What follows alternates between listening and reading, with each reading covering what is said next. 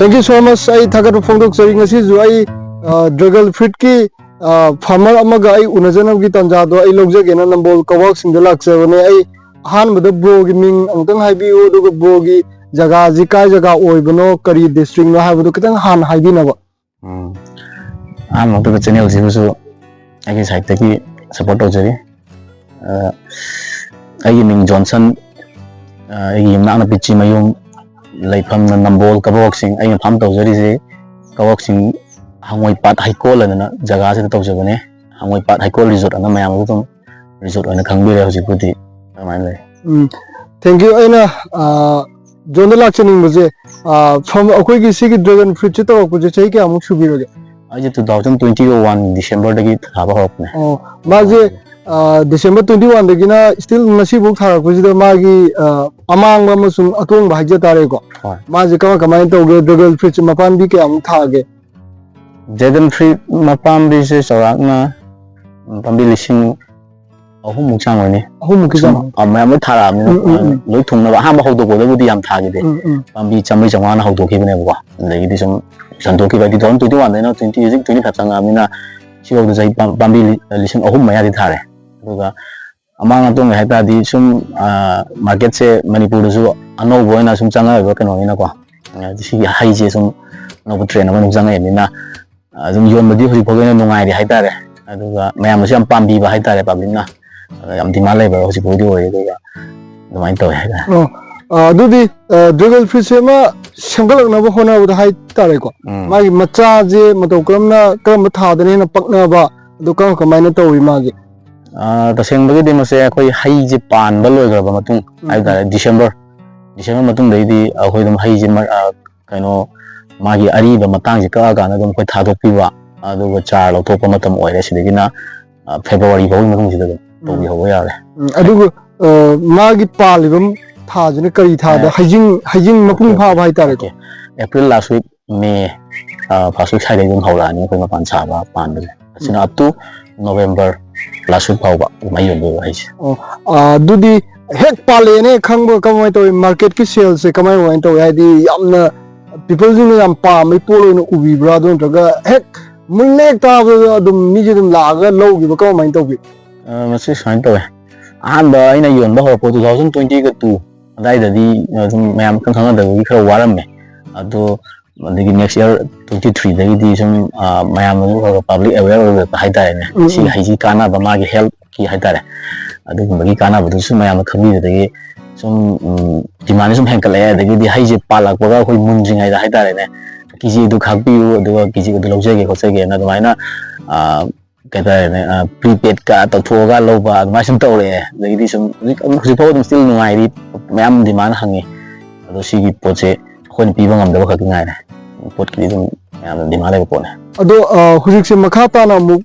pambi je kayam gi sang mu hai di nong nu thagat ke ka ha bi wa khlon le bi ge ambi je ka no ne ayam badi thungjale ai na pambi lising hom tha ba ai jaga je thungjale ai yoi ne si moi di si di amom da pama culture gi mong ni na hai di poche mu tha ge da chahi 20 30 years my lifespan je lai ni na hai ta ni gi low mu dai ne ha rated oina to ba ya ba na to ni na ai gi si gi ko li ba lau sang ma lau khai bi se ga ja poi ba ayam badi ba na sum pukri ngi de gi ai gi lai di ba hat ching je khai do kha hai ta ayam ba jaga di ma nga ta sum cover to sal le smain lai do ga sum matam tu na pak tho ke di khali hosi phoge na di isin tang khana phobel taw ya khona ri thank you aina amga na mu khanging bu jik dragon fruit che manipur da yamna trending amoina yam phajana ju thana bugi culture ong khok kan hengal le da hujik se dragon fruit ti pan ringai ji da khona maje section na hujik se mapam bi sena bu je mato kram na kamai na sena bi hai si je kano ne hujik se dry si id dry season no selak pa hai da ne ba di nil pambi gi makong da nil wasalak pa sina pambi gi massage da akoi gi kano laina akoi gi red spot oina sum dot ta gan da laina chabak asam akoi fungus ki hai da re laina makhalama nei adu to ba thu bodi adu su dum hida kapa ga dum matang ni dum dum cure to ba adu to ba thu ba hen ba kano di laina tina di thu ta ba di oi de aduma je खुद कमाई तो खुद हम चंगो हाइदी वरीबु मपामी में Hong होनाबुदा dragon fruit खतर नतबिदा हाइदी मपामी में हिंग होनाबुदा वाबो खोटो मागी इसिंग माइसिंगी कई कम कमाई न तवे दुदी सिंग तांग गेनो ने इसिंग जे थोदोंग दगार am लेते मागी ओइना दि सेंग हारगा दो हाइदी कइनो द अकन बजरा जाना पामी सु ओय दो मागी दि तिंगंग बांग पोरो ओइना मदो पायरा खोलगांदा माई सपोर्ट अम्मा हाइदी सपोर्ट अम्मी दंगाई फदन दगार ले पामी से था मतमदा मागी सीमेंट गी ओइबा कंक्रीट पिलर अमा नत्रगना योट की ओइबा याय सुमाइना अमा सपोर्ट पीबी रगांदा मासे ददुम लिफ्ट तौबी दौना काहन बी रगांदा येट पीबा कॉपी दौना तिंगंग बांग पोट ओइबनिना खुद थिन मगु मगु गुंबा याम नुआइतबा अदुगुम थिने दो ग्लोब कुम सिना बी रगांदा थबदी खुत्ती याम थुबा याबा थबदी ओइदि हाइतारे अदी तम तम पारगा सीजन बयाबा तवाबा थवा खनेना हाइबी बनो हुजिक से आइना मेनु लाचनी जगह जिदा ड्रैगन फ्रूट खद थाब नते कोई बोरो जु थाब बिरमेको अदो बोरो की आइटम जिन कम कमाइन तौबी बोरो की जे red apple beer green apple beer न बोरो मगलने का सुमाइना आइगी जिकी चार्ज जेलखि मफम ड्रैगन फ्रूट की जे सिदगी लौजर कांदा आइना सुम कनो गियंगे न जगह हांगो थाजल लुबने अदो सि दुम थाबा या पाम्बी ओय अदुगा केदो तमदा मागे दे पाम्बी कुंग बसि नुआइते आइना ख कुंग थाजल लुबदई जिक्से पाम्बी नहाउनरगा पानबा द हई चाव ख वाटबा सुमाइना थेंगे सि दुम थाबा पाम्बी दो अदो हाइदी फिट का हम कि सांगु लापगदि यागने न खल फिट तरा की स्क्वायर गुम थाबीरगदी याय अइसे तरेट का मंगा गा माय ख उजन मनगिदना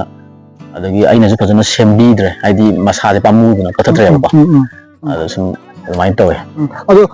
अखोइगी बोरोई पानबी जिजु अखोइ सिजु थाब याम कन सना खलेबको अखोइगी बोरोई जिना थाब मतमदा कई थादने हेना चानै अदुगा मागी मही पानबजिना चही नि चही बोदम पानब्रा माजे कम माइन तवे सिजु खदम खंगनी मही था उसकी मा चही नि चही पाम पामी नते दि माजु दम अखोइगी चही मगी वंस फ्रूट बियरिंग कनो ने चही वन टाइम को अदो वन टाइम जे कई थादो कनो दगी अखोइ जून जुलाई अगस्त आदरने अगस्त आदरे दगी मपाल लापगुना नवंबर दा मपाल लागा अदगी दि महई पानबा हई जे पानबा हई जे जनवरी लास्ट वीक साइबोदि दम हई जे योनगिने हाइतारे अदुदैदि अमु चार नौबा थादोकबा यारे मथंगी कनो दा अगस्त सेप्टेम्बर दा मपाल अमु लांगबगी सुमाइना चटपा हाइतारे अदुदि बोरोई जिजु बोरोइगी मागी अमांग अतोंग हाइजे तारे मार्केट सेल्स ता हाइजे तारे को सिना कम कमाइन तवे मपाम्बी जे कया मु थारि न बोरोई जन आई मपाम्बी जे पाम्बी 70 मु थाबने को 70 थाबजे आई सुम कनो जे ड्रैगन फ्रूट एक्सपांशन तौगे ना मयाम बखरदी मोंग तादा बखर लौथुए जन बुजे हेनमन मने ना अदुगा कनो से मार्केट के दी सी हाइजी गोना को अदुम मयाम से बाद सु पुखलगा सु खोइना कनो दा कैथेल योले हाइ हट बिसिंग दा को अदुगा मरोइना आइगी दि सेदा रिसोर्ट अमा हांगिनि ना रिसोर्ट दा लाक्वा सिंग कनो सिंग हाइतारे ने चंगइबा कोइबा लाइबा कनो सिंग अदुम लैबी बो खोबी बो तवे अदुना अदुम मार्केट दा पुथोक्ते हाइतारे सिलमोसन हुजिके यामना पोइनम ओइजनिंग मुजैना सिदे रिसोर्ट अमोइना हांग कान लैना हाइबजे सिगे आइटम दिन जे कम माइ तवे फैमिली कई का दम लाक्वा दे पाखंग लेसाजिंग लाक्वा याबगी कई कई सिदे फैसिलिटी दि पीरि कम माइना तौरी कनो ने सिगे जे हांगोइ पाट हाइकोल रिसोर्ट अना को माइना लै अदुगा अखोइ सिदैसिदा चाक पिकनिक चाबा हाइतारे अखोइ सिदा अखोइना मटेरियल अखोइना सप्लाई तौरगा वरिबु किचन की बर्नर सिलिंडर देगी कोलिक अमा सप्लाई तौरगांदा अदुगी अखोइना पुलप मोय संग अमदा हाइतारे ने रेंटेड ओइना मोयदा सानबा पैसा दु यो अलोंग विथ लोइना यावगा अदु माना कबिदा दम संग ओइना वाइ केसु याय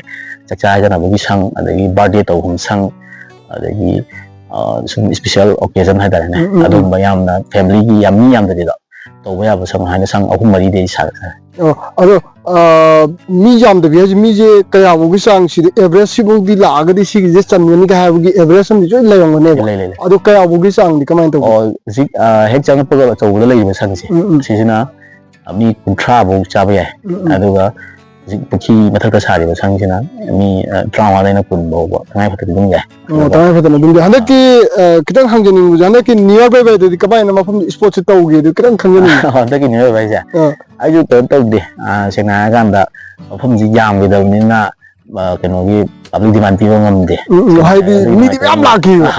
How the juggle pretty focus with Govineva. The Borojula have to give focus on Oraga. Mamje, the people of the avenue. Other Makatan Hena Chok, Nogi Magi Katari, sport Ajatarin, sport the Gari and Mapam family Kala, the Pakan Shabijing La Pokotpa, birthday celebration Kakajingi, Toko, the Kamakan Hena Chok, Gavigi, Asadi comment of I can do Shambat Saras again, Honazari, Topa Mapam Kaga, Shambat Kianaba, I high Bambi Kerl from the Sang Pazazo, Karahita, Lakadu, Nova, I me, my amla is putting to accommodate wherever the Moiki space be as a same again as my name Honazari. Thank you. I know you beer get a hygienic museum from J, a diplomatic Pazay, Mafam J, village life, Hajatare, Adugi, Jagaj, Oibuna, Jagaj, Changanda, Yam Shiva, environment. Atmosphere Hajatare, Amay, a shame of the city, Pang was Ufang Yaduna, Lakin Messina, Labor, Lak you, Mafam Yamazuna, Aduga, Aina, Shom the Kanjan is Hena, Makatana Laxan, Majakogi, Durgal Frichema, Magi, Durgal Frichema, Makalkas, who gado, Shidatari, but Durgal Frichina, Makal Ubigadino, Dukan Kanjaning. The same body. I did fit Makul Mayamle, although I'm more mumming did especially come there. Although I not had university, red giant Havanga, other one the quite variety Havanga, Ango Machugi, although red giant among the ping over, Makalanese, and easy nine Tazaris. Adamaji, Magi, Tavagi, Mapam Hitareko, Pambi Maga Pambi, fit care, Kisang Lapner, the Dimaji, Mangon and a comfortable and Bagi. Kenoje kamai to the gisin hoi thabagi magi style hai dare ko mong se model se tuan le sum koi tele system na ko churi na ina pareng oina pambi je dum kung na fit ani gum lana ra ganda ani lana ma khudingi fit khudingi dum pambi thabi ra ganda tele system na mathak ta yot na sang teng bi ra wo se kung hapi ra ga dum le tha la ga thabagi khutha makhalama aduga koi tongana concrete cement pillar amam khak ino ganda mathak koi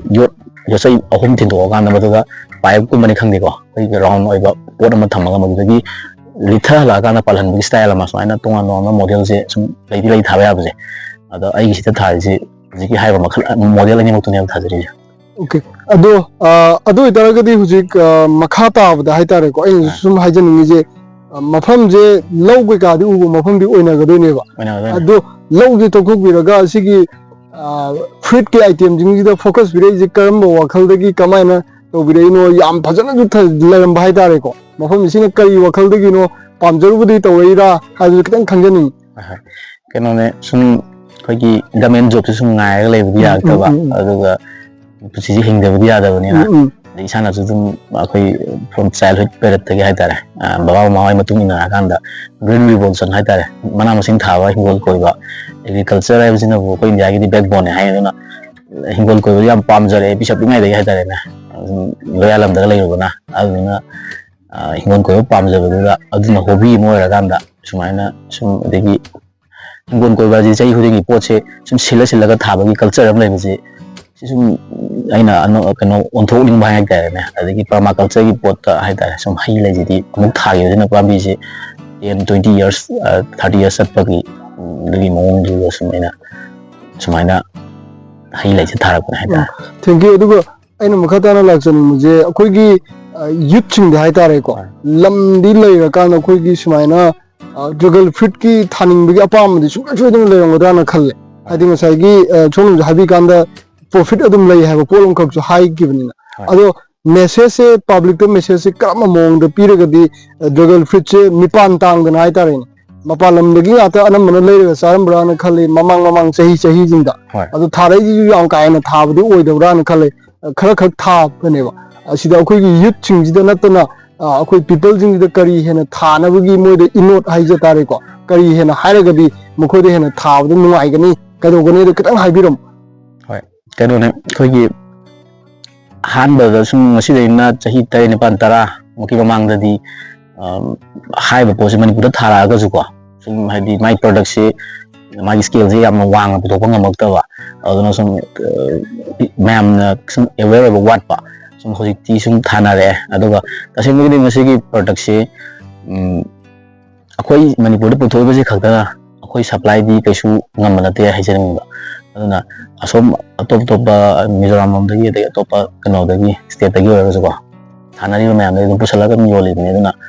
ꯑꯩꯈꯣꯏ ꯁꯤꯗꯩꯗ ꯂꯩꯔꯤꯕ ꯂꯝꯗꯤ ꯂꯩꯖꯕ ꯑꯗꯨꯀꯥꯟꯗ ꯊꯥꯅꯤꯡꯕꯒꯤ ꯀꯩꯅꯣ ꯑꯥꯏꯗꯤꯌꯥꯗꯤ ꯂꯩꯕ ꯍꯥꯏꯇꯥꯔꯦꯅꯦꯀꯣ ꯑꯗꯨꯀꯥꯟꯗ ꯐꯤꯖꯤꯀꯦꯜ ꯁꯞꯄꯣꯔꯠ ꯂꯩꯇꯕ ꯃꯌꯥꯝ ꯂꯩꯅꯦꯀꯣ ꯑꯗꯣ ꯑꯩꯒꯤ ꯁꯥꯏꯠꯇꯒꯤꯁꯨ ꯑꯗꯨꯝ ꯑꯩꯅ ꯍꯥꯏꯖꯅꯤꯡꯉꯤꯗꯤ ꯁꯤꯗꯤ ꯊꯥꯕꯗ ꯀꯥꯟꯅꯕ ꯄꯥꯝꯕꯤ ꯑꯣꯏꯕ꯭ꯔꯥꯅ ꯈꯜꯂꯦ ꯃꯔꯝꯗꯤ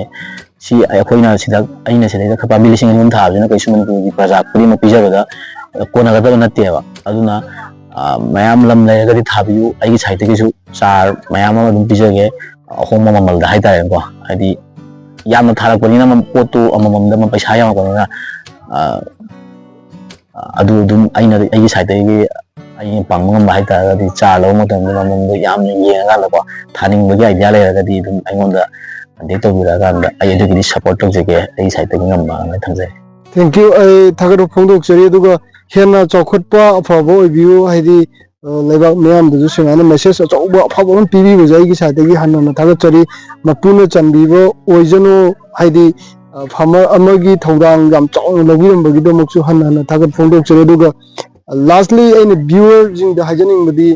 ꯋꯥꯍꯩ ꯋꯥꯇꯥ ꯁꯣꯏꯈꯤꯕ ꯀꯩꯗꯧꯕ ꯌꯥꯎꯔꯒꯁꯨ ꯏꯆꯤꯟ ꯏꯅꯥꯎꯁꯤꯡꯅ ꯉꯥꯛꯄꯤꯌꯣꯅ ꯍꯥꯏꯖꯒꯦ ꯀꯩꯁꯨ ꯍꯩꯗꯅ ꯀꯩꯗꯧꯗꯅ ꯁꯦꯝꯖꯕ ꯅꯠꯆꯗꯦ ꯍꯥꯏꯗꯤ ꯃꯌꯥꯝꯗ ꯈꯤꯇꯪ ꯏꯟꯐꯣꯔꯃꯦꯁꯟ ꯑꯝꯇꯪ ꯄꯤꯖꯔꯒꯗꯤꯅ ꯈꯜꯂꯒ ꯃꯐꯝꯁꯤꯡꯗ ꯆꯠꯆꯔꯀꯥꯟꯗ ꯑꯩ ꯅꯝꯖꯕ ꯚꯤꯗꯤꯑꯣꯅꯤ ꯑꯩ ꯄꯨꯝꯅꯃꯛꯄꯨ ꯊꯥꯒꯠꯄ ꯐꯣꯡꯗꯣꯛꯆꯔꯤ ꯊꯦꯡꯛ ꯌꯨ